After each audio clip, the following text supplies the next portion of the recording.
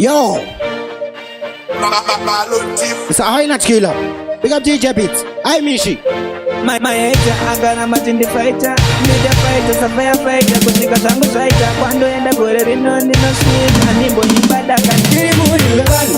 Badi wangu wanonjipa mukanu. Bese wanonjitira jivinu. Wanonzigisi azajina kana jinu. Na wanonense diri muri webanu. Badi wangu wanonjipa mukanu. Bese wanonjitira jivinu. Wanonzigisi azajina kana jinu. Na wanonense Mukanyi wakona nizivira Zanjaita nekwese kwa chabudira Kufa kwangu baka tukumirira Wozo fara kutokona ndijifushirwa Vangatire pese pando chambura Amai vangu vano kara jindi chukira Zakada tishonskai vano donda kunge wai Na wana nemze Tiri muni wevanu Bade vangu vano njipa mukanu Pese vano njitira jifinu Vano zikisi azajina kana chinu Na wana nemze Tiri muni wevanu Bade vangu vano njipa mukanu Pese vananjitira chivinu vanozikisi anzatina kana chinu na wanano maisha agana matindi fighter ndita fighter safaya fighter kushika zangu fighter kwando enda gore rino ndinosvika andimboimba daka ndichanetsa kura kakavano ndida kungetemia paka chandoziya chete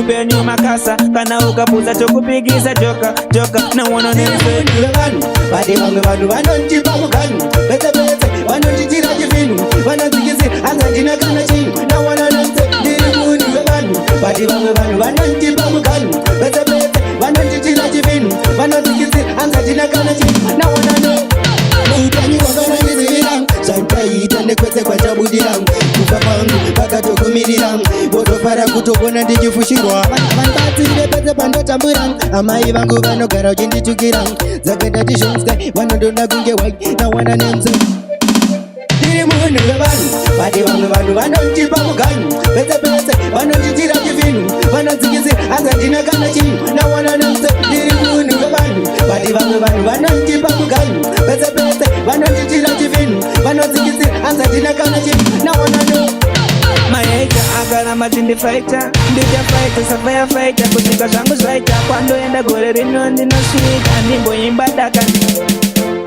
Malon Tip